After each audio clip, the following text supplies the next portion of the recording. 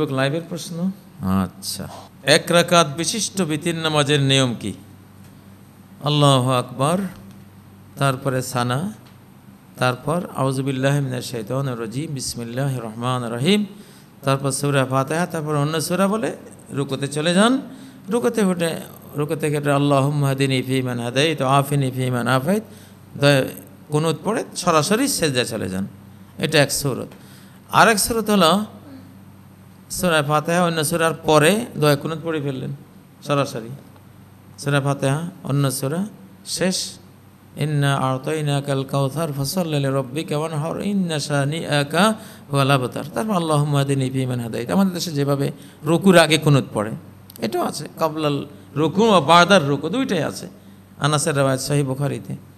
এটাও করতে পারেন, বা রুকুটা আগে করেন, রুকু থেকে উঠে হাত তুলে দোয়া কুনুত পড়েন, তারপরে সরাসরি সেজদা, তারপরে আত্তাহিয়াতে বৈঠক, তারপরে সালাম, শেষ।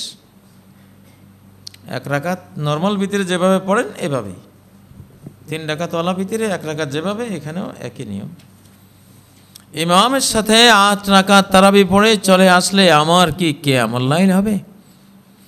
কিয়ামুল লাইলের মূল বিষয় 8 রাকাত 20 রাকাত না। কিয়ামুল লাইলের সর্বনিম্ন টাইমিং হলো 4 ঘন্টা, সুলুসুল লাইল ওয়া সুলুসাহ। কোরআনে নবী সাল্লাল্লাহু আলাইহি ওয়াসাল্লাম আর সাহাবায়ে কেরামদের যে তারাবি বা কিয়ামুল লাইলের বিবরণ আছে, সেখানে সর্বনিম্ন হলো 4 ঘন্টা। ইন্না রব্বাকা ইয়ালামু, আপনার রব জানেন যে আপনি কিয়ামুল লাইল করেন। তাকুমু আদনা মিন সুলুসাইল লাইলে, প্রায় রাতের 2/3, 12 ঘন্টা রাত হলে প্রায় 8 ঘন্টা। ফার্স্ট ক্লাস তারাবি 8 ঘন্টার। 8 ঘন্টার তারাবি কে পড়ছেন জীবনে একবার? মাশাআল্লাহ, কেউ নেই। এরপরে হলো অনিসফাহ, সেকেন্ড ক্লাস তারাবি হলো কিয়ামুল লাইল হলো অর্ধরাত। 12 ঘন্টা রাত হলে কয় ঘন্টা? 6 ঘন্টা। 6 ঘন্টার পড়ছেন কেউ? যদি কোনো ইমাম সাহেব 6 ঘন্টা লাগায় তারাবিতে, সেই মসজিদে সেদিন কিয়ামত হয়ে যাবে। হ্যাঁ, অথচ তারাবিতে ওইটাই ছিল। আল্লাহ তাআলার কোরআনে ইতিহাস বর্ণনা করছেন যে আল্লাহ জানেন, হে নবী, আপনি আর আপনার সাহাবীরা এইভাবেই রাত্রে এই সালাতটা আদায় করেন। রাতের 2/3 প্রায় 8 ঘন্টা, অথবা অর্ধরাত প্রায় 6 ঘন্টা। ওয়াসুলুসাহু, আর রাতের 3/1 4 ঘন্টা। তাহলে সর্বনিম্ন তারাবি কত ঘন্টা? প্রায় 4 ঘন্টা। রাত 11 ঘন্টার হলে 3.25 ঘন্টা, নাকি? 11 ঘন্টা রাত হলে 1/3 কদ্দূর পড়বে?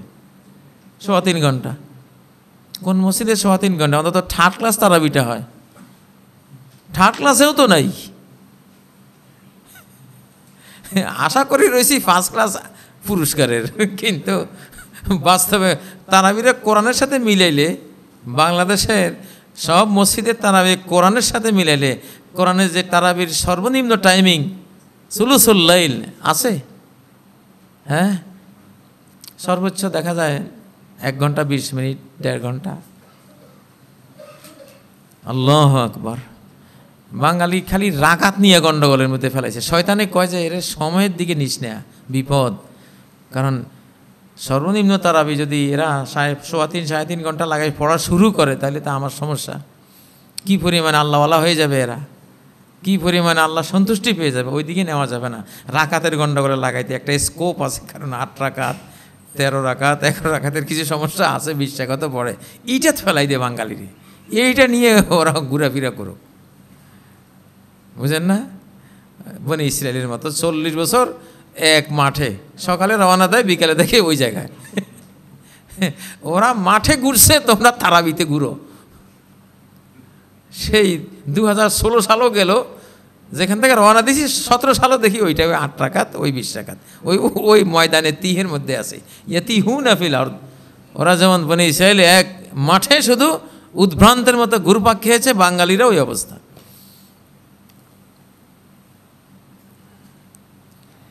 তারাবি 8 রাকাত, নবীজির এক রাকাত তারাবি পড়ার মুসল্লি আসেনি এই মসজিদে। নবীজির পিছনে ইবনে মাসউদ 1 রাকাত পড়তে গিয়া বলছিলেন যে, মনে মনে একটা দুষ্টামি করার খেয়াল করছিলেন যে চলে যাই, এক রাকাতে তো সামলাতে পারেন না, কারণ সূরা বাকারা শেষ এক রাকাতেই, এরপরে সূরা আলে ইমরান শেষ, এরপরে সূরা নিসাও শেষ, 286 আয়াত, 176 আয়াত, 200 আয়াত, আল্লাহু আকবার, এক একটা সূরা, আর আয়াতও এক একটা কত লম্বা লম্বা। এক রাকাত পড়ার তো সামলাতে পারেন না, কয় যে আমি নিয়ত করে ফেলছিলাম যে চলে যাই, আল্লাহ সারাইছে আমারে, তো আল্লাহ তাআলা দয়া করছেন, টিকছি। আল্লাহু আকবার। হ্যাঁ, আমাদের কয়দিনের তারাবি যায় এই 3 সূরা পড়তে? 4 দিনের তারাবি, 4 দিন, আর আরও কিছু যায়। তো যাই হোক, তারাবির ক্ষেত্রে আল্লাহর ওয়াস্তে রাকাত নিয়ে আর কেউ প্রশ্ন করবেন না। রাকাত 8ও আছে, 11, 13, 20, 63 পর্যন্ত আছে, 2 রাকাতও আছে। হয়তো আমার বিরুদ্ধে শুরু হয়ে যাবে আজকের এই ঘটনা যারা এখন শুনতেছেন যে 2 রাকাত তারাবি। আরে বাবা, সলাতুল লাইলে মাসনা মাসনা, নবীজি বলছেন রাতের সলাত হলো কি 2 রাকাত 2 রাকাত। এতে বছর তো 2 রাকাত পড়তে রাতের অর্ধেকের মতো চলে যাওয়ার অবস্থা হয়েছে নবীজির পিছনে। সেই 2 রাকাত পড়েন যদি, তাহলে আপনার 20 রাকাত এসেও কয় হাজার গুণ ভালো ওই 2 রাকাত। আল্লাহু আকবার। মাসনা মাসনা 2 রাকাতও আছে। তো কেন আপনারা রাকাত নিয়ে এত গন্ডগোল করেন? রাকাত নিয়ে আর কেউ প্রশ্নই করবেন না আমাকে, শুধু সময় নিয়ে প্রশ্ন করেন। আল্লাহ তো সর্বনিম্ন কিয়ামুল লাইল হলো সুলুসুল লাইল, রাতের 3 ভাগের 1 ভাগ, ঠিক না? এইগুলি নিয়ে প্রশ্ন করবেন যে আমাদের সময় তো অত আমি দিতে পাচ্ছি না, সময় বাড়াইতে হবে। তারাবিতে কি বাড়াইতে হবে? সময় বাড়াইতে হবে। রাকাত নিয়ে বহুত গন্ডগোল হয়েছে, আর দরকার নাই, এটা জনে জনে আমরা জেনে গেছি। এখন সময়ের পর্বে আসেন। 1 প্রশ্নের উত্তরে যদি 4 ঘন্টা শেষ করে ফেলেন, পাস করবেন না ফেল করবেন? 4 ঘন্টা তো এক প্রশ্নের উত্তর দিয়ে তো কেউ পাস করবে না। একটু একটু করে অন্তত 5-7টা প্রশ্নের উত্তর দেন না, তাহলে তো 5 মার্ক আসবে। আসসালামু আলাইকুম। ছেলে সন্তানের আকিকার জন্য কি 2টা ছাগল লাগবে? পিতার যদি 1 ছাগল আকিকা দেওয়ার সামর্থ্য থাকে তাহলে বিধান কি? হ্যাঁ, একটা যদি সামর্থ্য না থাকলে সেটা আর কোনো কথা নেই। একটারও যদি সামর্থ্য না থাকে তাহলে তো একটাও দেওয়ার কোনো জরুরি এমন ওয়াজিব বিধান নাই যে দিতেই হবে। সুন্নাতে মুআক্কাদা, আপনার সামর্থ্যের উপরে নির্ভর করবে। জি। একটি প্রতিষ্ঠানের কমিটির লোকদের মধ্যে পারস্পরিক পরামর্শের ভিত্তিতে পরিচালনা করার গুরুত্ব কতটুকু? আমরুহুম শুরা বাইনাহুম। একক ডিক্টেটরশিপ শুধু আল্লাহ চালাইতে পারেন, একক সিদ্ধান্ত, কারণ উনি নির্ভুল, এছাড়া আর কেউ একক সিদ্ধান্তে চলবে না। আমরুহুম শুরা বাইনাহুম। যে কোনো প্রাতিষ্ঠানিক, সামাজিক, রাষ্ট্রীয় এসব কিছু চলবে পারস্পরিক পরামর্শের ভিত্তিতে। শুরাই নিজাম, এটা তো আল্লাহ সুরাই আছে, পরামর্শের সুরাই আছে কোরআনে। একটা সূরাই আছে কি পরামর্শের সূরা।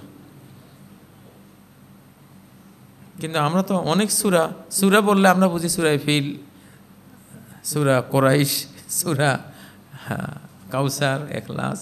আজকে সূরা তারাবির কথা বলছিলাম খুতবার মধ্যে। সূরা তারাবি মানে কি? সূরা ফিলের তারাবি? সূরা বাকারা কি সূরা না? সূরা তারাবি যারা পড়বা আগে বাকারা দিয়ে শুরু করবা, 1 রাকাতে সূরা বাকারা শেষ, তো না সূরা তারাবি। যে ওনারা 1 সূরা দিয়া 1 রাকাত পড়েন, 1 রাকাতে সূরা বাকারা শেষ করবেন, আর সূরা তারাবি তো খতম তারাবির থেকে আরো লম্বা। সূরা তারাবি হবে খতম তারাবিতে আরো লম্বা, ঠিক না? কারণ সূরা বাকারা শেষ 1 রাকাতে, কি বিরাট ব্যাপার। সূরা আলে ইমরান শেষ 1 রাকাতে, 1 রাকাতে সূরা নিসা শেষ। সূরা বলতে কি শুধু সূরা ফিল বুঝাইব? সূরা ইখলাস এগুলি সূরা না। আল্লাহু আকবার। একক সিদ্ধান্ত নিতে যাবেন না, একক সিদ্ধান্ত শুধু আল্লাহর বৈশিষ্ট্য। পানি বা দুধে মশা পড়লে কি করব? মশাটা ফেলে দিবেন। মশা পড়লে পানি আর দুধ নষ্ট হয় না, এটা ইঁদুর না যে আপনাকে এটা নাপাক হয়ে গেছে। এগুলি হালকা উড়ন্ত জিনিস, উড়ন্ত পাখি পড়লে বা মাছি পড়লে নবীজি বলছেন এটা ডুবাই দেওয়া ভালো করে। খাদ্যের মধ্যে মাছিটাকে ফালিয়া মেসু কুল্লাহু, পুরা মাছিটাকে ডুবাই দিয়া তারপরে খাইয়া ফেলিও না, তুলে ফেলাই দাও। কারণ মাছির 1 ডানায় রোগ আর 1 ডানায় তার প্রতিকার, শেফা আছে। আল্লাহু আকবার। এটা এখন সায়েন্টিস্টরা প্রমাণ করেছেন সত্য, সব কিছু সত্য, কোরআন সুন্নাহ সব কিছুই সত্য। নাপাক অবস্থায় রোজা রাখলে কি রোজা হবে? হ্যাঁ, নাপাক অবস্থায় নবীজি রোজা রেখেছেন। উম্মে সালমা আয়েশা থেকে অনেক হাদিস আছে যে নবীজি গোসল ফরজ অবস্থায় সাহারি খেয়েছেন, পরে ফজরের টাইমে গোসল করে ফজরের সালাত পড়েছেন। রোজা কিন্তু স্টার্ট করেছেন গোসল ফরজ অবস্থায়। তো অতএব সে অবস্থায় রোজা শুরু করলে কোনো সমস্যা নেই। ওহ জুনুবুন মিন গায়রি ইহতিলামিন, মুসলমান বলছেন নবীজির গোসল ফরজ ছিল দাম্পত্য সম্পর্কের কারণেই। তারাবি পড়ে কি তাহাজ্জুদ পড়া যাবে? অবশ্যই পড়া যাবে। আমরা তো একটু আগে তো প্রশ্নের মধ্যে আসলো যে তারাবির সর্বনিম্ন হলো সুলুসুল লাইল। যেহেতু আমাদের তারাবিতে সুলুসুল লাইল যায় না, বড় জোর সর্বোচ্চ 1.5 ঘন্টা যায়, তাহলে বাকি 1.5 ঘন্টা যদি আমরা তাহাজ্জুদে শেষ সাথে কাটাই, তাহলে তো অন্তত দুইটা মিলিয়ে জোড়া দিয়ে হলেও 3 ঘন্টা অন্তত থার্ড ক্লাস পাওয়ার একটা ব্যবস্থা হয়। পড়বেন ইনশাআল্লাহ। ইদানিং কিছু কিছু মসজিদে রাত 10:30টায় তারাবি শুরু করা হচ্ছে, 10:30 থেকে ধরেন একেবারে 2টা 2:30 পর্যন্ত। এখন যারা 8:30 শুরু করেন, তারা যদি 3 ঘন্টা 8:30, 9:30, 10:30, 11:30, 8:30 শুরু করে 11:30 শেষ করলেনি থার্ড ক্লাসটা পাওয়া যাবে। কোনো মতে পাশের ব্যবস্থা হবে। 8:30 থেকে কত? 11:30, 11:30 হলে কিছুটা আদায় হলো আর কি। কাবলাল জুমা 4 রাকাত ও বাদাল জুমা 4 রাকাতের দলিল কি? কাবলাল জুমা 4 রাকাতের দলিলটা সহি না, এজন্য 2 রাকাত দুখুলুল মসজিদ পড়ে বাকি নফল পড়বেন কাবলাল জুমা।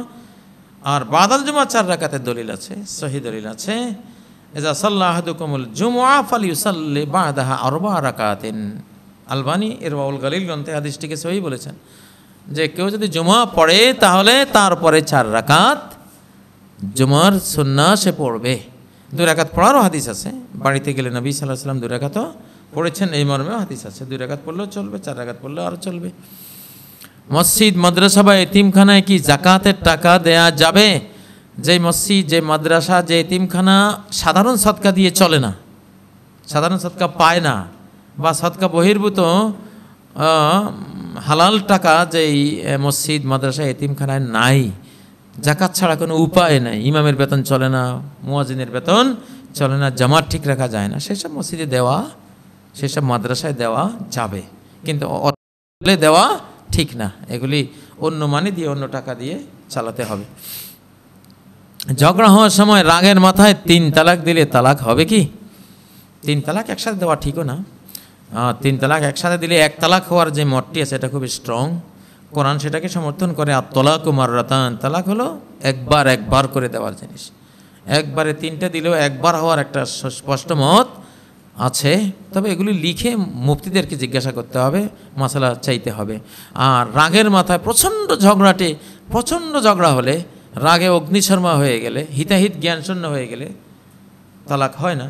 লা তালাকা ওয়ালা ইতাকা ফি ইগলাক, নবীজি বলেছেন যে প্রচণ্ড রাগের মধ্যে তালাক দিলে তালাক হয় না, গোলাম আজাদ করলেও আজাদ হয় না। তবে আপনার রাগটা কোন মাত্রায় ছিল আপনি বুঝবেন না, এই জন্য লিখে মাসালা জিজ্ঞাসা করতে হবে কাকে? আলেমকে, যে আমি এই অবস্থায় কন্ডিশনে তালাক দিয়েছি, এখন এটা হয়েছে কি না। ফতুয়া আপনার নিজেরটা নিজে দিলে হবে না, মুফতি সাহেব থেকে ফতুয়া নিতে হবে। উনি আপনার অবস্থা বিচার করে, স্থান, কাল, পাত্র চিন্তা করে সিদ্ধান্ত দেবেন। স্ত্রী স্বামীকে নাম ধরে ডাকতে অথবা তুই করে ডাকতে পারবে কি? অসুবিধা নেই, নাম ধরে ডাকলে, নাম ধরে তো ডাকতে হবে। নাম রাখছে কি জন্য? তাকের উপর থুয়ে দেওয়ার জন্য? নামটা তো রাখছেই, এটা নাম ধরে ডাকবে, এই জন্যই তো। নাম ধরে ডাকলে কোনো সমস্যা নেই। উপাধি ধরে ডাকবেন, নাম ধরে ডাকবেন, নাকি বলবেন আঙ্গ করার হাতে নেই কইছে? লক্ষ্মীপুর জেলায় স্বামীর নাম ধরে না, আঙ্গ ঘরের হেতেন, মানে আমাদের ঘরের উনি। আরে উনি কে? নাম ধরে ডাকলে কোনো সমস্যা নেই, তুই করে ডাকলেও সমস্যা নেই। উত্তরবঙ্গে তুইটা হলো সবচেয়ে আপন। তুই মা শুধু রানতে জানিস, রাখিস কিসের খোঁজ। আমাদের লক্ষ্মীপুর জেলায় দেখেছি তুই আল্লাহ, মানে একদম নিয়ারেস্ট, একদম কাছের যিনি, হ্যাঁ, যে কোনো মাইন্ড টাইন করবে না, এত কাছের, এত আপন, তাকে তুই বলা হয়। আর একটু দূর হলে তুমি, আরও দূর হলে আপনি। তুই কথাটা, এটা এখন ব্যবহার এক এক এলাকায় এক এক রকম। কোনো কোনো এলাকায় তুই বললে ইনসাল্ট বুঝে, মানে অপমান বুঝে, ওইসব এলাকায় ওইটা ব্যবহার না করাই উত্তম। আর যেখানে তুই বললে তারা বেশি আপন মনে করে, সেখানে ব্যবহার করবেন। এগুলি অঞ্চল ভেদে এক একটা ভাষার এক একটা মিনিংস হয়। তুই করে ডাকলে গুনাহ হবে কিনা? না, গুনার তো কোনো প্রশ্ন নেই। আরবিতে তো আন্তা, সব জায়গাতে আন্তা, আন্ত, আল্লাহকেও আনতে, রসুলকেও আনতা, স্বামীকেও আনতা, স্ত্রীকে আনতে, ওই এক শব্দই সবার জন্য। ওখানে কোনো তুই, তুমি, আপনি এই জাতীয় কোনো পার্থক্য নাই, মানে সবই আপনি ব্যবহার করতে পারবেন। আমাদের মসজিদে কাতারের মাঝে খুব ফাঁকা থাকে, আমি চাইলেও মিলিয়ে দাঁড়াতে পারি না। এখন কি আমার নামাজ মাকরু হবে? মাকরু তো হবেই, কারণ মিলিয়ে দাঁড়ানো এটা ওয়াজিব, সুন্নত অনেকে ওয়াজিব বলেছেন। আর শরিয়ার যে কমান্ডগুলো, রুসুস সুফুফ হাজু বাইনাল মানাকিব ওয়াল আকদাম, কাঁধে কাঁধে পায়ে পায়ে মিলে মিশে দাঁড়াও, সীসাডালা রুসুস সুফুফ, সীসাডালা প্রাচীরের মতো একজনের সাথে লেগে লেগে দাঁড়াও, এই কমান্ডগুলো থেকে ইমাম আল্লামা আইনি বুখারীর ব্যাখ্যাকার বলেছেন, এগুলো থেকে বোঝা যায় যে এই একসাথে যুক্ত হয়ে দাঁড়ানো এটা কি ওয়াজিব। এটা লঙ্ঘন করা বড় ধরনের একটা সুন্নাহ বা ওয়াজিব তরক হলো। একটি হাদিসে রয়েছে, মান সাদ্দা ফুরজাতান ফিস সফফি বানাল্লাহু লাহু বাইতান ফিল জান্নাহ, কাতারে দুজনের মাঝখানের ফাঁক যে বন্ধ করে দাঁড়াবে, আল্লাহ তার জন্য জান্নাতে একটি প্রাসাদ নির্মাণ করবেন। চারটিখানি কথা নয়, বিশাল কথা। কারণ বাঙালিরা মনে করে তার বয়স অল্প, আমি মুরব্বী, পায়ের সাথে পা লাগালো মানে আমার সাথে একটা বেয়াদবি, আমাকে ইনসাল্ট করলো। এখন আপনি বয়োজ্যেষ্ঠ হয়েও, সচিব সাহেব হয়েও, এমপি সাহেব হয়েও যদি সাধারণ রিক্সাওয়ালার সাথে পা মিলাইতে পারেন, তার মানে আপনি অনেক বিনয়ী একজন মানুষে, আপনি আল্লাহ আপনাকে অনেক তাওয়াদু, নিজেকে ছোট মনে করার একটা বড় মন আল্লাহ দিয়েছেন। এর পুরস্কারটাই যেন এত বড় যে বানাল্লাহু লাহু বাইতান ফিল জান্নাহ, আপনি পায়ের সাথে পা মিলালেন, একটা প্রাসাদ নির্মাণ করলো আল্লাহ আপনার জন্য। এটা কেন? এটা ছোট ব্যাপার না তো, এটাই তো আমরা পারি না। বয়োজ্যেষ্ঠরা মনে করে কি বেয়াদব, ছোট্ট পোলা আসে আমার ঠ্যাংয়ের সাথে ঠ্যাং লাগাই দিছে, আমি হেডমাস্টার আর সে পিয়ন, পায়ের সাথে পা লাগাই দিছে। এখন হেডমাস্টার সাহেব যদি নিজেকে নামাজের মধ্যেও হেডমাস্টার ভাবেন, তাহলে তো উপায় নাই। আর সালাতের মধ্যে কিসের হেডমাস্টার? সালাতের মধ্যে হলো গোলামের ঘরের গোলাম, গোলামের ঘরের গোলাম, দাসীর বাচ্চা। এখানে কিসের হেডমাস্টারই আর কিসের প্রেসিডেন্সি, সব মাইনাস, সব এক সমান। সব কি আন্নাসু সাওয়াসিয়াতুন কাসনানিল মুশত, মানুষ চিরুনির দাঁতের মতো, সব কি এক সমান। তাকওয়া দিয়ে শুধু সম্মানের পার্থক্য হবে। তাহলে সালাতের মধ্যে কে পা মিলায় এটা দিয়া সম্মান, যে যত আগে পা মিলাবে সে তত বড় সম্মানিত, যে ঠ্যাং যত সরাই লইব সে তত বড় অপমানিত। ইন্না আকরামাকুম ইনদাল্লাহি আতকাকুম। চাকরি প্রদানপূর্বক বিয়ের প্রস্তাবনা এই ক্ষেত্রে করণীয় কি? এরকম বিয়ের দরকার নেই। হ্যাঁ, এটা তো যৌতুক, মারাত্মক যৌতুক, ঠিক না? হারাম খাইলেন, স্ত্রী থেকে চাকরি আদায় করলেন, আপনি তো স্ত্রী হয়ে গেলেন।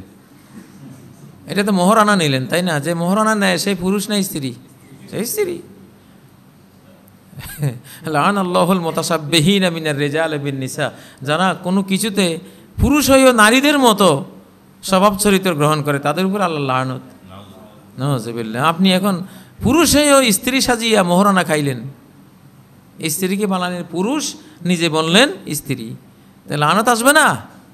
লানত আসবে। চাকরির ক্ষেত্রে ভুয়া অভিজ্ঞতা প্রদর্শন, এক্ষেত্রে কি করণীয়? মাশাআল্লাহ, এক এক প্রশ্ন, ভুয়া অভিজ্ঞতা। এটা তো এই যে মুফতি সাহেব লাগে এইটার ফতুয়া দিতে, আপনি তো ফতুয়া দিচ্ছেন ভুয়া। ভুয়া মানি তো ঘৃণিত জিনিস, আপনার কাছে তো ঘিন লাগছে এটা লিখতে, ঠিক না? কিছু মশলা আছে মুফতি সাহেব লাগে না, এগুলি এমনি কমন কমন বোঝা যায়। ডাকাতি যে খারাপ, মুফতি সাহেব লাগবো নি? হ্যাঁ, এটা আপনার হৃদয়ে ফতুয়া দেবে যে কী জিনিস। টিভিতে খেলা বা কার্টুন ছবি দেখা যায় যাচ্ছে কি? খেলা কী ধরনের খেলা?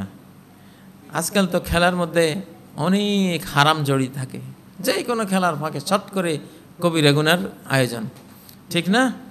তো যেই খেলা দেখতে গেলে এই খেলাটা একটা কবিরা গুনার উসিলা হয়ে যাবে, ওই খেলা দেখা যাবে না।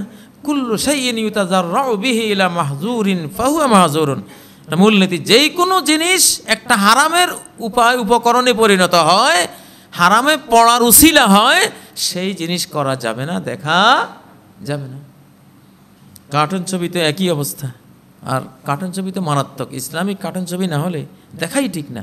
এগুলি সুকৌশলে আমাদের সন্তানদেরকে নষ্ট করার, চরিত্রহীন করার, সেক্স ভায়োলেন্সের দিকে ঠেলে দেওয়ার একটা বিরাট ষড়যন্ত্র। ইন্টারন্যাশনালি এগুলো হয়। রোজা রেখে মিসওয়াক করা অথবা টুথপেস্ট দিয়ে ব্রাশ করা যাবে কি? যাবে। রাআইতুন নবী সাল্লাল্লাহু আলাইহি ওয়াসাল্লাম ইয়াতাসাওয়াকু মা লা উহসি। সাহাবী বলছেন, আমি নবীজিকে অগুনতিবার দেখেছি তিনি রোজা অবস্থায় মিসওয়াক করছেন। ব্রাশও করতে পারবেন, শুধু গলার নিচে না নামলেই হয়, গলার উপরে থাকলেই হবে। কুলি করে ফেলে দেবেন, ভিতরে যাতে না যায়। চোখ বুজে সেজদা করা যাবে কি? না, চোখ খোলা রাখাও সেজদার একটা পার্ট।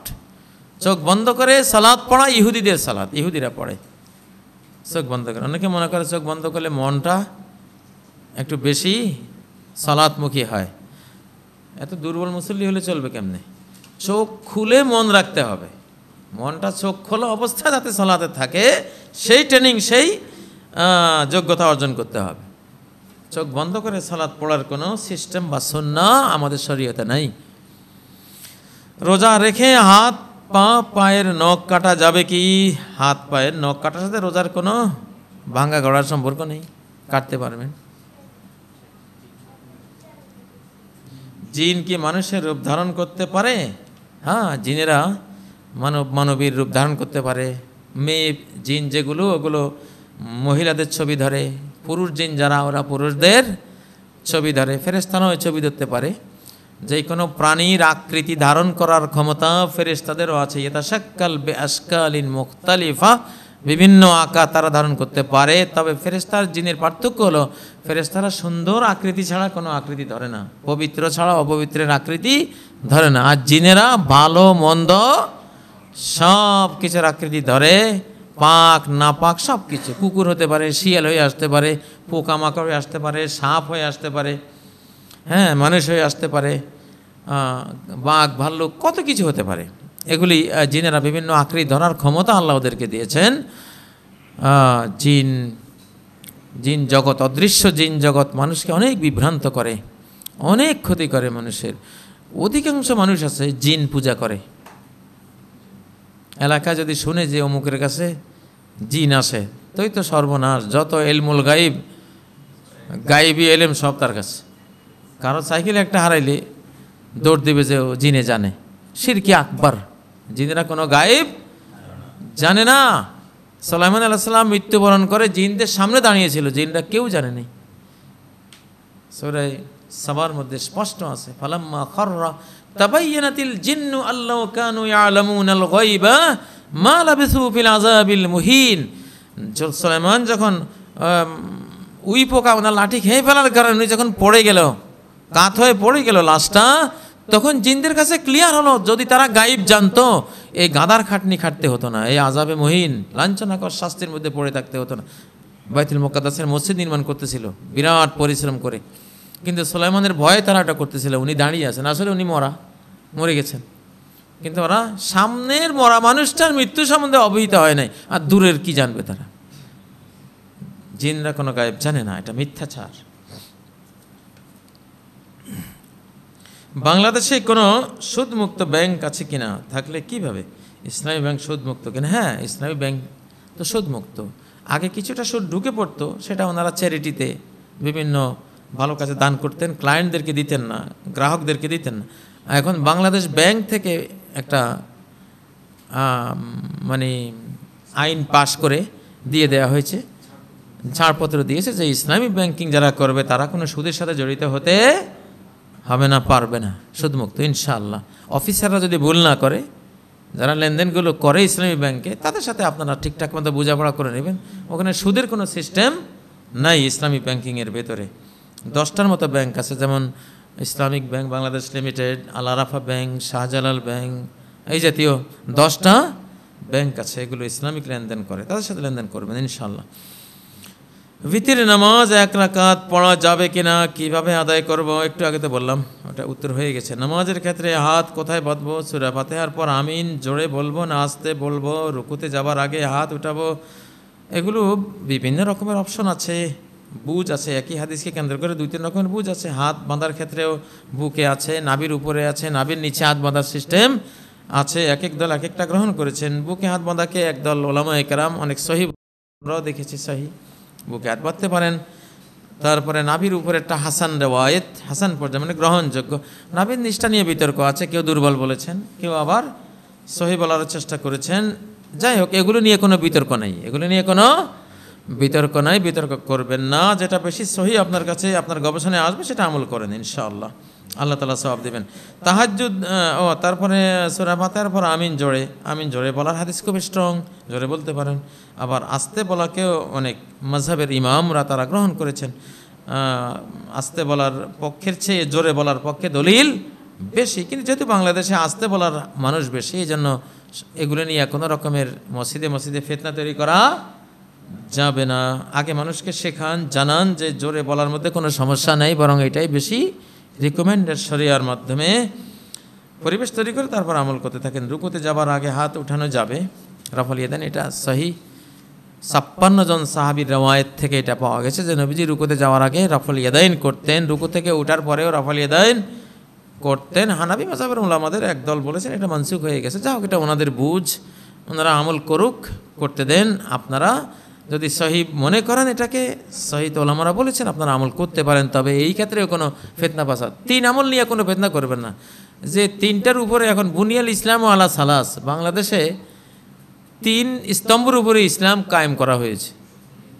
আমিন জোরে বলা, বুকে হাত বাঁধা, নাভির নিচে বাঁধা, আর হলো রফি ইয়াদাইন করা। বাঙালিদের ইসলাম হলো 3টা। যত ঝগড়া ঝাঁটি, মসজিদ ভাগাভাগি, মুসল্লি ভাগাভাগি, সবে 3টা লইয়া। এই জন্য এই 3টা নিয়ে কেউ কোনো রকমের বাদানুবাদ কোথাও করবেন না, কারণ এই 3টা এমন জিনিস, এই 3টা না করলেও কোনো গুনাহ নাই, বুঝেন না? আস্তে বলুন, জোরে বলুন, নিচে বাঁধুন, উপরে বাঁধুন, তারপর রফি ইয়াদাইন করুন না করুন। এগুলো এমন কিছু না যে এগুলি না করলে সালাত বাতিল হয়ে যাবে বা সহযোগিতা করতে হবে, এমন কোনো মাসালাই নয় এগুলি। অতএব এগুলি যেভাবে করতে আছে করতে দেবেন, কোনো সমস্যা নেই। জি, জাকাতের টাকাটা কিভাবে দেওয়া উত্তম? জাকাতের টাকা পাই হিসেব করে যা জাকাত আসবে তা রাষ্ট্রীয়ভাবে তো আদায় করার সিস্টেম, কিন্তু রাষ্ট্রীয়ভাবে তো এখন সিস্টেম নাই। এই জন্য আপনি ব্যক্তিগতভাবে আপনি 8টা খাতের যেই খাতগুলো আপনার সামনে পড়ে বা যেখানে বেশি প্রয়োজন সেই খাতগুলোতে দেবেন। একাধিক লোককে দিতে পারেন, টাকা বেশি হলে তো বহু মানুষকে দিতে পারবেন, শত শত মানুষকে দিতে পারবেন। ফি সাবিলিল্লাহর একটা খাত আছে, ফি সাবিলিল্লাহর খাতে যে আজকে লাইভ প্রোগ্রাম হচ্ছে, এটারও তো এটা ফি সাবিলিল্লাহ, আল্লাহ দ্বীনের খেদমতে এই লাইভ প্রোগ্রামটি এখন কাজ করছে। এদেরও টাকা খরচ আছে। এদেরকে যদি জাকাতের একটা পার্ট দিয়ে দেন, একটা অংশ জাকাত থেকে দিয়ে দেন, তারা এই খাতে ধর্মপ্রচার, ইসলাম প্রচারের কাজে ব্যয় করবে। এটা ফি সাবিলিল্লাহর খাত, অত্যন্ত গুরুত্বপূর্ণ একটি খাত। পত্রপত্রিকায় ইসলাম সম্বন্ধে লেখা, ফেসবুক লাইভে প্রচার করা, ইউটিউবে প্রচার করা বা কোনো টেলিভিশনে প্রচার করা, এগুলি করতেও আপনারা জাকাতের ফান্ড থেকে সহায়তা করতে পারবেন। আচ্ছা, জি, ইসলামী ব্যাংক ডিপোজিট হালাল হবে কি? হ্যাঁ, ডিপোজিট হালাল, একটা ব্যবসায়ের একটা প্রক্রিয়া। ডিপোজিট করতে পারবেন ইসলামী ব্যাংকিংয়ে। সালাত তাসবিহ নামক সালাত আছে কি? আছে, এমন একটা সালাত, এটা নিয়ে অনেক বিতর্ক। কেউ সহি বলেছেন, কেউ বলেছেন খুব দুর্বল। মুহাক্কিকিনদের অধিকাংশরাই বলেছেন, ইমাম আহমদ, ইমাম নওবী, ইমাম ইবনে তাইমিয়া, বিন বাজ, এরা সবাই বলছেন যে এই সালাতটা আসলে প্রমাণিত হয় না। প্রায় 350 বারের মতো এই তাসবিহ হিসাব গুনতেই তো সালাতের খুশু এগুলি ঠিক রাখা যায় না, চেতনা ঠিক রাখা যায় না। এই জন্য অনেকে, আর দলিলের দিক থেকেও সনদের দিক থেকেও বিতর্কিত। সালাত তাসবিহ ছাড়া তো কত সালাত আছে, সেগুলি পড়েন যেগুলি সহজ। এটা অনেক বিতর্ক জন্ম দিয়েছে। এই জন্য আমরা অনেকে পড়ি না এই সালাতটা, কারণ স্ট্রংলি হাদিসটা প্রমাণিত না। আমি মসজিদে গিয়ে দেখলাম তারাবি শুরু হয়ে গেছে, এক্ষেত্রে আমি কি তারাবি পড়বো নাকি এশার ফরজ? আগে তো এশা পড়তে হবে, আগে এশা না পড়ি আগে যদি বিতির পড়ে ফেলেন, বিতির তো হলো এশার পরের সালাত, তারাবি হলো এশার পরের সালাত, বাদ আল এশা, এটা পড়তে হবে, আগে না। আপনি তারাবির সাথে ফরজের নিয়তে দাঁড়িয়ে যাবেন, ইমাম তারাবি পড়ছেন, আপনি এশার ফরজ পড়ছেন, 2 রাকাত পড়ে উনি সালাম ফিরালে উঠে বাকি 2 রাকাত আপনি পড়ে নেবেন। তাহলে আপনি 2 রাকাত জামাতে পাইলেন আর 2 রাকাত একা পড়লেন, এটাও বৈধ, কোনো সমস্যা নেই। ইসলাম ইমাম দ্রুত রুকু সেজদা করলে মুক্তাদির নামাজের কোনো ক্ষতি হবে কি? অবশ্যই ক্ষতি হবে। দ্রুত সালাত পড়ার কোনো সিস্টেম ইসলামে নেই। সালাত পড়তে হবে খাশিউন, খুব ধীরে সুস্থে, খুব ধীরে সুস্থে। ওয়ারাত্তিলিল কোরআন তারতিলা, কোরআনকে খুব ধীরে সুস্থে তারতিল সহকারে পড়া ইমাম বা মুসল্লির উপরে ফরজ। ওয়ারাত্তিলিল কোরআন তারতিলা, এই আয়াতটি হলো সালাতের আয়াত। ইয়া আইয়ুহাল মুজাম্মিল কুমিল লাইলা ইল্লা কালিলা, ওহে কমলিওয়ালা রাত্রে কিয়ামুল লাইল করো পুরো রাত, অল্প কিছু সময় বাদ দিয়া। তো অতএব আপনার এই যে আমরা সালাত পড়ি, সালাতে খুব দ্রুত আমরা পড়ি।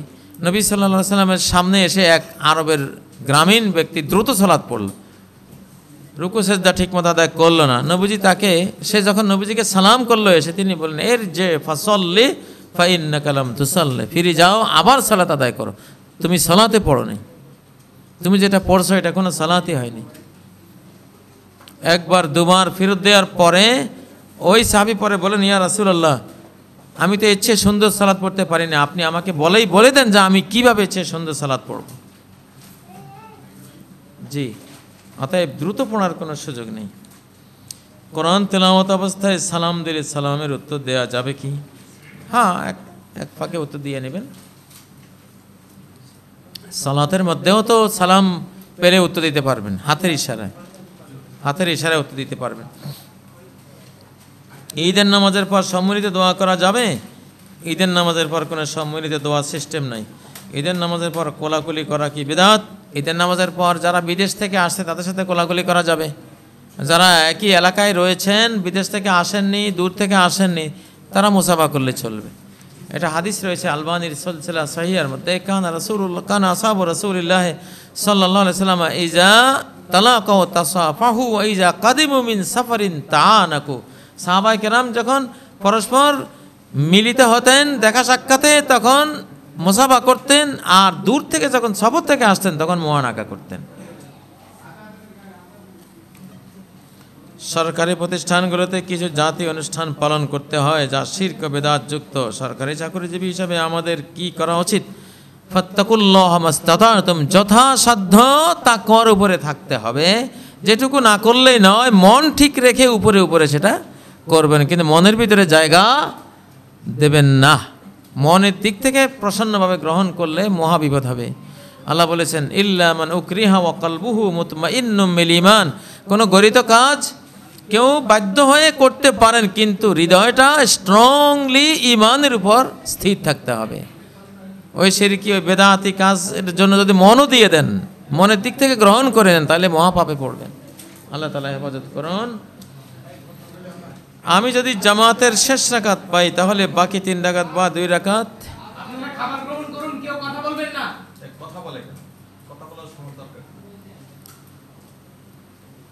আমি যদি জামাতের শেষ রাকাত পাই তাহলে বাকি 3 রাকাত বা 2 রাকাত আমার কি সূরা ফাতিহার সাথে অন্য সূরা মিলিয়ে পড়তে হবে? হ্যাঁ, আপনি যখন যেই বাকি রাকাতগুলো ছুটে গেছে সেগুলি পড়তে যাবেন, তখন প্রথম 2 রাকাতে আপনি সূরা ফাতিহা অন্য সূরা মিলাবেন, এটা বেশি স্ট্রং। যদিও এখানে না মিলাবার পক্ষেও ফতোয়া আছে, কিন্তু মিলাবার পক্ষের ফতোয়াটা স্ট্রং দলিল দ্বারা। নবীজি বলেছেন, ফামা আদরাকতুম ফাসাল্লু ওমা ফাতাকুম ফাতিম্মু, সালাতে যা পাবে এটা ইমামের সাথে পড়ো, যেটা ছুটে গেছে এটা ইমাম সালাম ফিরাবার পরে পড়ে নিও। তো ছুটে গেছে কোনগুলি? শুরুওয়ালাগুলি ছুটছে আমার, যে শুরুওয়ালাগুলি যেহেতু ফাতিহা এবং অন্য সূরা সহ রাকাতগুলি ছিল, এই জন্য এগুলি পড়ার সময় সূরা ফাতিহা অন্য সূরা মিলিয়ে আমাদের পড়া উচিত। ইতিকাফের ফজিলত কি? নিজের এলাকার মসজিদ ছাড়া অন্য যে কোনো এলাকার মসজিদে ইতিকাফ করা যাবে কিনা? ফজিলত কম হবে কিনা? কোনো কম হবে না। ইতিকাফ যে কোনো মসজিদে আপনিই করতে পারেন। ওয়ালা তুবাশিরুহুন্না ওয়া আনতুম আকিফুনা ফিল মাসাজিদ, মসজিদে ইতিকাফরত অবস্থায় নারীদের সাথে কোনো দাম্পত্য সম্পর্ক করো না, এটা কোরআনের আয়াত। তাহলে যে কোনো মসজিদেই জামাত হয়, জুমা হয়, এসব মসজিদে আপনারা ইতিকাফ করবেন। ইতিকাফ দূরের মসজিদে করলে ফজিলত কম হবে না, তবে নিকটস্থ মসজিদেই যার যার নিকটবর্তী মসজিদে করা, এটা ওই মসজিদের পাওনা তার কাছে, ওই মসজিদের হক তার কাছে, তিনি সেটাই করার চেষ্টা করবেন। জি, নারীদের এতেকাফও মসজিদে হইতে হবে, ঘরের ভিতরে কোনো এতেকাফ নেই। অনেক নারীরা ঘরের ভিতরে বসে থাকেন, ঘরের পিছনে আল্লাহর ইবাদত বসে বসে করলে আলাদা সওয়াব পাবেন, কিন্তু এতেকাফের সওয়াব পাওয়া যাবে না, কারণ এমন কোনো সিস্টেম নবী সাল্লাল্লাহু আলাইহি ওয়াসাল্লাম দিয়ে যান না। এটা একটা এবাদত সিস্টেম সহ আসছে, সেটা মুহাম্মদ রাসূলুল্লাহর সাল্লাল্লাহু আলাইহি ওয়াসাল্লামের সিস্টেমে পাওয়া যেতে হবে। তার স্ত্রীগণ এতেকাফা রাসূলুল্লাহ সাল্লাল্লাহু আলাইহি ওয়াসাল্লাম ও এতেকাফাত আজওয়াজুহু মিন বাদি, নবীজি এতেকাফ করতেন তার মসজিদে, তার মৃত্যুর পরে তার স্ত্রীগণও মসজিদে এতেকাফ করতেন। অতএব মসজিদ ছাড়া কোনো এতেকাফ নাই, ঘরে বসে এতেকাফ হয় না। জি, স্ত্রী যদি করে, হ্যাঁ স্বামী স্ত্রী দুইজনেই তো করতে পারেন মন চাইলে। মেয়েরা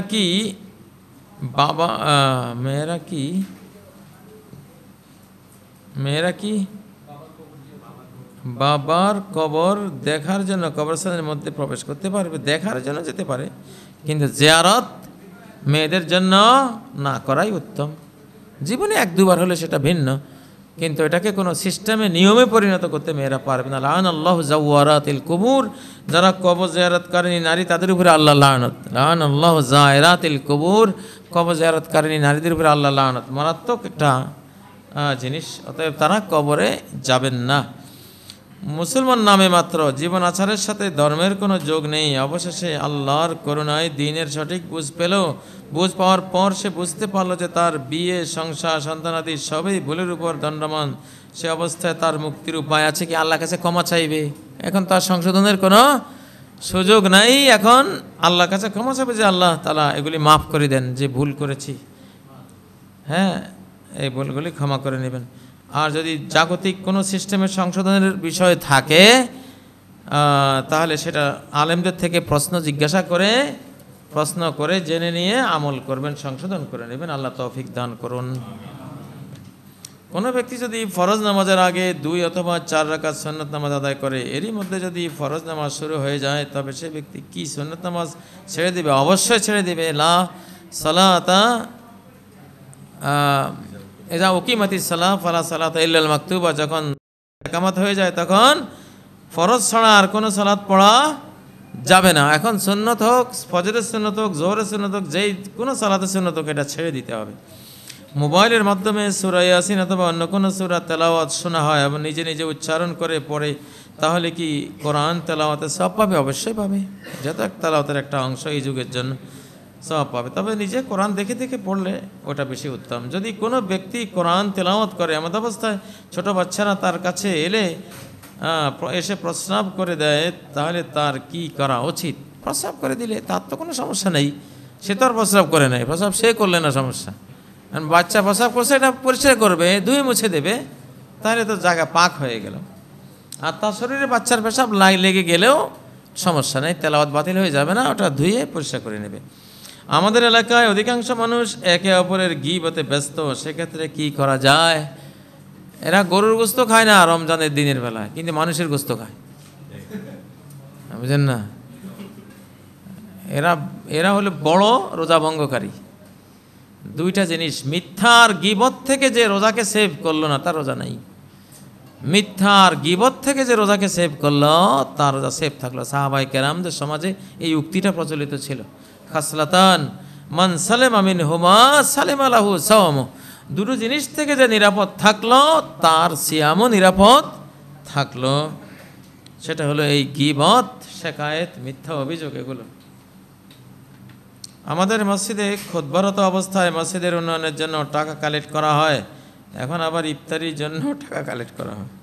এইভাবে নামাজের আগ পর্যন্ত কালেক্ট করা হয় খুতবারত অবস্থায় এগুলি না করাই উত্তম, খুতবার আগে অথবা খুতবার পরে। তবে খুতবার ভিতরে উৎসাহিত করতে পারে আল্লাহ পথে দানের জন্য, সেটা আয়াত হাদিস দিয়ে উৎসাহিত করবে, কিন্তু একবারে ভিক্ষাবৃত্তি করবে না খুতবার ভিতরে। আর একজন সে সবসময় মুসল্লিদের বলতে থাকে, সামনে ফাঁকা জায়গা ভরে বসেন, এটাও কি জায়েজ? সামনে ফাঁকা জায়গা, এটা তো বলা সুন্নতে মুআক্কাদা, সামনে ফাঁকা আছে। সুদ্দুল খালাল যেখানে সামনে পেছনে যেখানেই ফাঁকা আছে ফাঁকা বন্ধ করে দাঁড়ান, কারণ ফাঁকা জায়গায় শয়তান দাঁড়ায়। কে দাঁড়ায়? শয়তান দাঁড়ায়। এখন হয়তো ভাববেন যে রমজান মাসে তো আর শয়তান নাই, এটা বন্দি। না, সব শয়তান বন্দি হয় না। নর্মাল পাবলিক যেগুলি, পাবলিক শয়তান যেগুলো, আর নেতা শয়তান যেগুলো, ওগুলো বন্দি হয়। হ্যাঁ, আর সাধারণ নিরীহ শয়তানগুলি কিছু খোলা থাকে। এই জন্য রমজান মাসেও এটা বন্ধ করবেন। সুফেদাতিশ শায়াতিন ওয়া মারাদাতুল জিন। আমার এক ভাই দ্বীনের কাজে অনেক খরচ করেন, কিন্তু আমার আরেক ভাই এটা সহ্য করতে পারেন না, শুধু হিংসা করেন। এই ভাইটা, যে ভাই হিংসা করে, ভয়াবহ বখিল। একটা হলো নিজের মালে বখিল, আর একটা হলো পরের মালেও বখিল। এই দ্বিতীয়টা বেশি ভয়ঙ্কর। সে নিজে তো ব্যয় করে না, আর তার অন্য ভাইয়ে দিচ্ছে, সেটাও দেখতে পারেন। কত খবিশ, খুব খারাপ লোক। আল্লাহ তাআলা এমন কাউকে আমাদের না বানান। অজু ছাড়া কোরআন ধরাও পড়া যাবে কি? সাধারণ নিয়ম হলো অজু করেই কোরআন পড়া। লা ইয়ামাসসুল কোরআন ইল্লা তাহের, এই হাদিসের কারণে বলা হয়েছে যে কোরআনকে স্পর্শ করবে না পবিত্র ব্যক্তি ছাড়া। হ্যাঁ, মাঝে মধ্যে যদি বাধ্য হয়ে যায়, হাফেজ সাহেব অজু নাই, কোরআন পড়া খুব জরুরি, অজু করতে বারবার অজু করতে যাইতেও কষ্ট লাগে, তারা পড়বেন। শিক্ষার জন্য শিক্ষার্থীরা মাঝে মধ্যে অজু ছাড়াও পড়তে পারবেন। ইমাম বুখারী, ইমাম তাবারি, ইমাম ইবনে হাজম সহ 10 জন বড় বড় মুসলিম স্কলার এই ফতোয়া দিয়েছেন যে কোরআন শিক্ষার্থীদের জন্য মাঝে মধ্যে অজু ছাড়াও কোরআন পড়া জায়েজ, ধরা জায়েজ। আমার অনেক ইচ্ছা একজন বড় আলেম হব, আমি আরবি শিখতে চাচ্ছি, এখন আমি কি করতে পারি? আপনি মাদ্রাসা ভর্তি হয়ে যাবেন, বা আরব দেশে চলে যাবেন, অথবা ইলেকট্রনিক মিডিয়াগুলোতে ইলেকট্রনিকভাবে আজকাল আরবি শেখার অনেক সুযোগ আছে। ইলেকট্রনিক কলম আছে, কোরআনের তাফসির, কোরআনের তেলাওয়াত, কোরআনের অনুবাদ, এগুলি সব আছে। সবচেয়ে বড় সহজ হলো একজন ভালো আরবি জাননেওয়ালা ওস্তাদ ধরবেন, সে ওস্তাদের কাছে শিখবেন। যদি আপনি বয়স্ক হয়ে থাকেন, ইচ্ছা থাকিলে উপায় হয়। কোরআনের অনুবাদ প্রথম ছোটে পড়ে ফেলেন। কোরআনের অনুবাদ মুখস্থ করলে তো বিশাল আরবির ভান্ডার হয়ে যাবেন আপনি। এরপরে সহি অনেকগুলি হাদিস, 200-400 হাদিস, 500-1000 হাদিস মুখস্থ করেন। এই তো আপনার আরবির একটা ফাউন্ডেশন তৈরি হয়ে গেল। কোরআনও মুখস্থ হলো, হাদিসই মুখস্থ হলো, আরবিরও জ্ঞান হয়ে গেল পাশাপাশি। যে আলেমগণ কোনো মাহফিলে যাওয়ার আগে নির্দিষ্ট পরিমাণ টাকার অ্যামাউন্ট, আচ্ছা এইখানে প্রশ্ন কেন? এখানে তো আর কোনো এরকম মাহফিল নাই। আচ্ছা, তারপরেও আপনাদের মনের মধ্যে একটা প্রশ্ন, আচ্ছা সঠিক এমন অ্যামাউন্ট দাবি করেন যা বহন করা কষ্টসাধ্য হয়ে যায়, দয়া করে জানাবেন। না, এটা করা উচিত না। আলেমরা যেহেতু আলেমদের এখন অর্থনীতি নাই, অর্থনীতির কোনো কাজকর্মে আলেমরা নাই, সেজন্য আলেমরা তাদের খরচ ইত্যাদি এগুলি বহন করার জন্য তারা বলবেন, কিন্তু একেবারে আকাশচুম্বী কোনো অ্যামাউন্ট বলবেন না। তাগুত কাকে বলা হয়েছে? তাগুত বলা হয়েছে শয়তানকে আর শয়তানের সহযোগীদেরকে। কোরআনের মধ্যে আল্লাহ তাআলা বলেছেন, আল্লাযীনা কাফারু ইউকাতিলুনা ফি সাবিলিত তাগুত, যারা কাফের তারা তাগুতের পথেই জীবন সংগ্রাম চালায়। ফাকাতিলু আউলিয়া শয়তান, শয়তানের আউলিয়াদের বিরুদ্ধে যুদ্ধ করো। তাহলে আগের আয়াতে যেটারে তাগুত বলেছেন, পরের আয়াতে তাকে শয়তান বলেছেন। তাহলে বোঝা গেল যেটা তাগুত সেটাই শয়তান, যেটা শয়তান সেটাই তাগুত। তাগুত মানে তাকে যত মানবেন তত সে বিদ্রোহী হবে, আপনাকে অত্যাচার করবে। যত খাওয়াইবেন তত জুলুম করবে, এটা বলে তাগুত। আর নর্মাল জালিম খাওয়াইলে আর জুলুম করে না, এটা হলো শুধু জালিম। কিছু পয়সা করে দিলে, 2-4 হাজার 2-4 লাখ টাকা দিলে আর জুলুম করে না, এটা হলো জালিম। আর যেটা যত টাকা পয়সা দেবেন, যত খেদমত করবেন, তত আরও কি অত্যাচারের মিটার বাড়ে, ফেরাউনি আরও বাড়ে, এটা হলো তাগুত। আচ্ছা,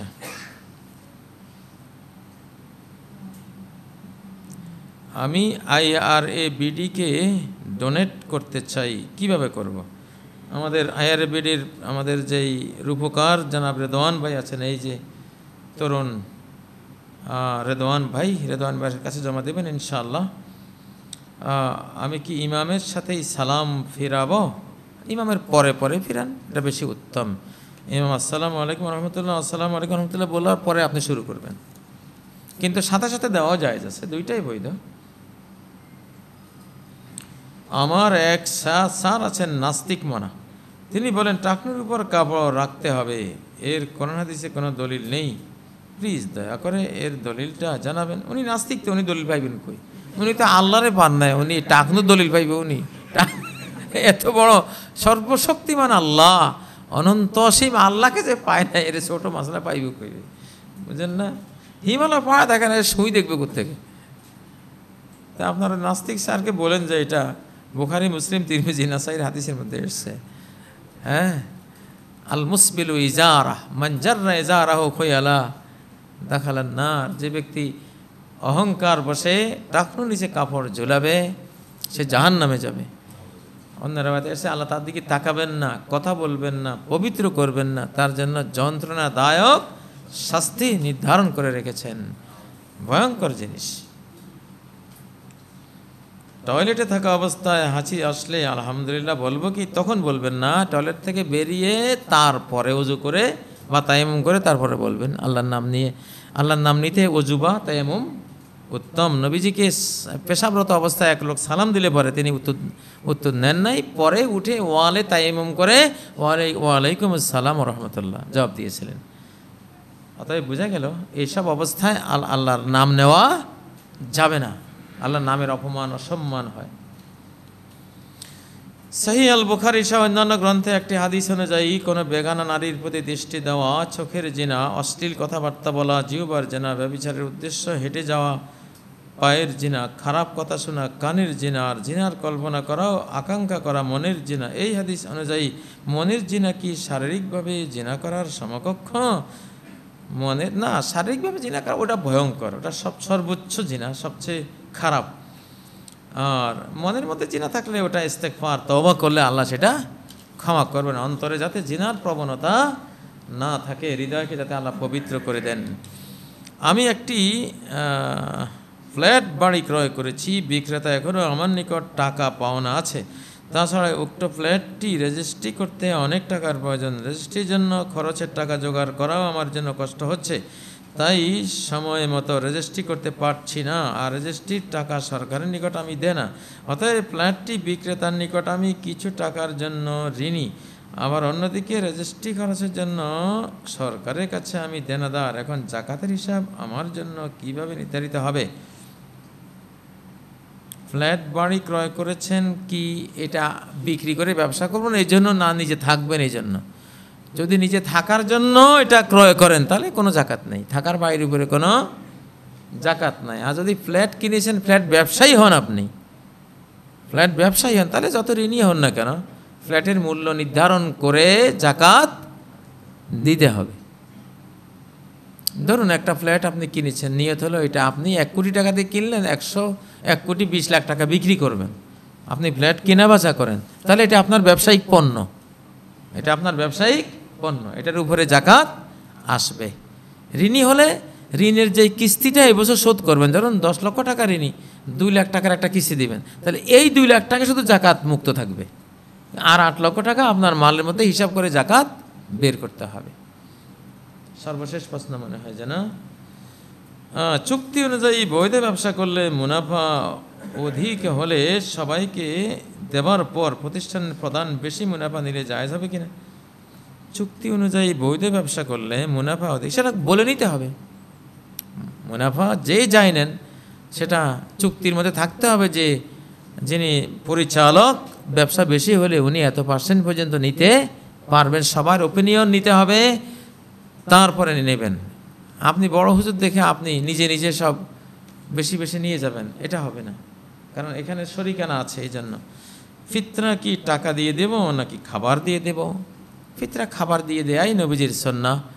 যেমন ঈদুল আজহার মধ্যে গোস্ত দেওয়াই সুন্নাহ, খাবার। ঈদটা হলো 2টা জিয়াফতের দিন, আল্লাহ তাআলা জিয়াফতের দিন। তো কোরবানির ঈদে আমরা দেখি আমরা টাকা দেই, গোস্তের টাকা দেই না গোস্ত দেই? গোস্তই দেই, গোস্ত দিয়ে মেহমানদারি করি। তাহলে ঈদুল ফিতরের মধ্যেও কি দিয়ে করব? সে খাবার দিয়েই করব, জিয়াফতের দিন। এটা টাকা, নবীজি সাল্লাল্লাহু আলাইহি ওয়াসাল্লামের যুগেও টাকা ছিল, দিরহাম ছিল, দিনার ছিল, কিন্তু জীবনে একবারও তিনি দিরহাম দিনার দিয়ে কোনো ফিতরা দেন নাই। জীবনে যত রোজা তিনি পালন করেছিলেন, প্রত্যেক রোজার ঈদে তিনি জব, গম, খেজুর, কিশমিশ, পনির এইসব জিনিস দিয়েই ফিতরা আদায় করেছিলেন। অতএব আমরাও ইনশাআল্লাহ এটা দিয়েই করতে চেষ্টা করব। আল্লাহ তাআলা তৌফিক দান করুন। পরিবারের জুনিয়ররা সিনিয়রদেরকে সম্মান করে না এবং কথাও শোনে না, কি করব? এসব সিনিয়ররা জুনিয়রদেরকে গড়তে পারেন নাই আগে, এই জন্য এখন সিনিয়রদেরকে মানে না। সিনিয়ররা যদি জুনিয়রদেরকে আল্লাহর কোরআন শেখাতেন, নবীর হাদিস শেখাতেন, ইসলামের শিষ্টাচারগুলি শেখাতেন, বয়োজ্যেষ্ঠদের শ্রদ্ধা, বয়কনিষ্ঠদের স্নেহ দেওয়ার এই ফর্মুলাগুলো শেখাতেন, তাহলে এই পরিণতি হতো না। সাধারণত এগুলো নিজেদের ত্রুটির কারণে পরবর্তী জীবনে ভুগতে হয়। তো যাই হোক, শিক্ষা দেন আর নাই বা দেন, আপনি যিনি বয়োজ্যেষ্ঠ, আপনি একটা সম্মান পাওয়ার অধিকার রাখেন বয়কনিষ্ঠদের থেকে, তারাও স্নেহ পাওয়ার অধিকার রাখে আপনার কাছ থেকে, এগুলি দেবেন, এগুলি দেওয়াটা জরুরি। বয়োজ্যেষ্ঠকে শ্রদ্ধা করলে আল্লাহকে শ্রদ্ধা করা হয়। এমন একটা হাদিসে রয়েছে, ইন্না মিন ইজলালিল্লাহি ইকরাম আজিজ শাইবাতিল মুসলিম, সাদা চুল দাড়িওয়ালা মুসলিমকে একরাম করা, এটা আল্লাহকে সম্মান করার শামিল। কত বড় কথা! কারণ আল্লাহ তারে শর্মায়। সাদা চুল দাড়িওয়ালা মুসলমানকে দেখে আল্লাহ লজ্জা লাগে, কিভাবে তারা আযাব দিই, সে আমার মুসলিম ইসলাম পালন করতে করতে বুড়ো হয়ে গেছে, এত কোরবানি তারে আমি শাস্তি দিতে পারি না, আল্লাহ লজ্জা পান। তো সেজন্য এই জাতীয় সম্মানিত মানুষদেরকে দেখলে আমাদেরও সম্মান করা উচিত। আমার মনে হয় প্রশ্নোত্তর আমরা এখানে। আমার মেয়ে পর্দা করতে চায় না, অনেক চেষ্টা করেও পারছি না, এখন আমি কি করতে পারি? আপনি পিতা হিসেবে তো ফোর্স করতে পারেন, তাকে বাধ্য করতে পারেন, তাকে সেভাবে আপনি বিভিন্ন উপদেশ দিতে পারেন, কোরআন সুন্নাহ দলিল প্রমাণ দেখাইতে পারেন, বা সে যেসব আলেমদের ভক্তি করে সেসব আলেমদেরকে এনে তাকে বক্তব্য দেওয়াইতে পারেন। সে যদি কোনো আলেমের বক্তৃতা সিরিজ পছন্দ করে, তার বক্তৃতা শোনাই দেন। যেভাবে পারেন চেষ্টা করলে আল্লাহ তাআলা তৌফিক দিবেন ইনশাআল্লাহ। ওমান ইয়াত্তাকিল্লাহ ইয়াজআল লাহু মাখরাজা, যে ব্যক্তি আল্লাহকে ভয় করবে, যে কোনো সংকট উত্তরণের কোনো না কোনো রাস্তা আল্লাহ তার জন্য বের করবেন। হয়তো এই মেয়ে একসময় এমন পর্দানসীন হবে, এলাকার লোকেরা তাকে পর্দার ক্ষেত্রে আদর্শ হিসাবে মেনে নেবে। এটা হতে পারে। চেঞ্জ কতক্ষণ? বান্দার অন্তর আল্লাহ দুই আঙ্গুলের মাঝখানে, ইউকাল্লিবু কাইফা ইয়াশা, যেভাবে চান ওইভাবে ঘোরা। নিরাশ হতে পারবেন, আপনি দাওয়াতি কাজ করতেই থাকেন, আপনার দায়িত্ব হলো এইটা। তাহলে আপনার পিতৃত্বের উপরে আর কোনো গুনার বোঝা চাপবে না। আল্লাহ আমাদের সবাইকে তৌফিক দান করুন। আজকের এই পড়ন্ত বিকেলে ইফতারের পূর্বক্ষণে আমরা আল্লাহর কাছে দোয়া করি, আল্লাহ তাআলা আমাদের আজকে যেমন একসাথ হয়েছি এখানে আল্লাহর ঘরে, জান্নাতুল ফেরদাউসে আল্লাহ এইভাবে আমাদের একত্রিত করেন সবাইকে। সুবহানাকাল্লাহুম্মা ওয়া বিহামদিকা আশহাদু আল্লা ইলাহা ইল্লা আনতা আস্তাগফিরুকা ওয়া আতুবু ইলাইক। ওয়াসসালামু আলাইকুম ওয়া রাহমাতুল্লাহি ওয়া বারাকাতুহু।